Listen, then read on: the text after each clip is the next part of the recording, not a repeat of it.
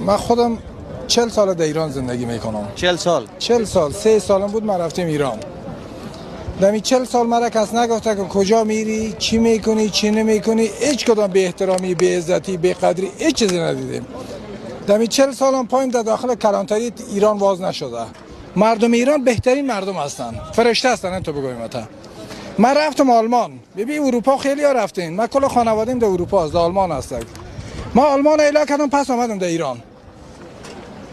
در ایران خیلی آمدم. در ایران زندگی کردیم. همه شرایط خیلی بد. در این شرایط به خاطر بد شده که 3 سال 4 سال پیش یک دقیقه یک تعدادی که بلند شدن که آمدن در اوجا، خدا رسید تو یک لحظه مثلا جای افغانستان خودت حساب کنه. آدم باید دو طرفه بسنجه. او یک زن ایرانی میاد 2 تا نان میگیره، میبینه 100 تا افغانی استاد است، 3 سال تو صف استاد میشه. به احترامی تا که میگه چرا قضیت میگیری، و روز اولش که بود اگه 2-3 سال پیش یعنی دو میزدن همین افغانی‌ها. دو میزدن بین الملل، پول میگیره، این میگیره، اون میگیره. آقا یک جایی که میری وقتی مشکل سرت میاد، وقتی که مشکلات سرت میاد دیگه، خب یک چیز واقعیت هست دیگه. یک میمون نباید صاحب خانه شوه. هر کی آدمی که دمی 2-3 سال آمده چاقوات از زیر بغلشان چاقو کشی میکردن، دوزی میکردن، ایرانی‌ها رو لط میکردن. نمیگم که اون نمیکردن، ولی کشور خود آدم هست. آدم که یک چیز میگه خدایی میگیره. پلو پیش صاحب خانه پلو پیش میخوردن.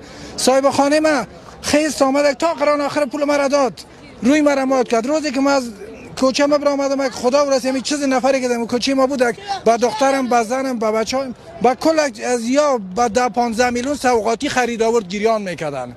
99% کسایی که ما از قدیم بودیم کل از یا بر میگشتن، میگه شما خیلی مردمان خوبی هستی، شما هم فرهنگ ما هستی.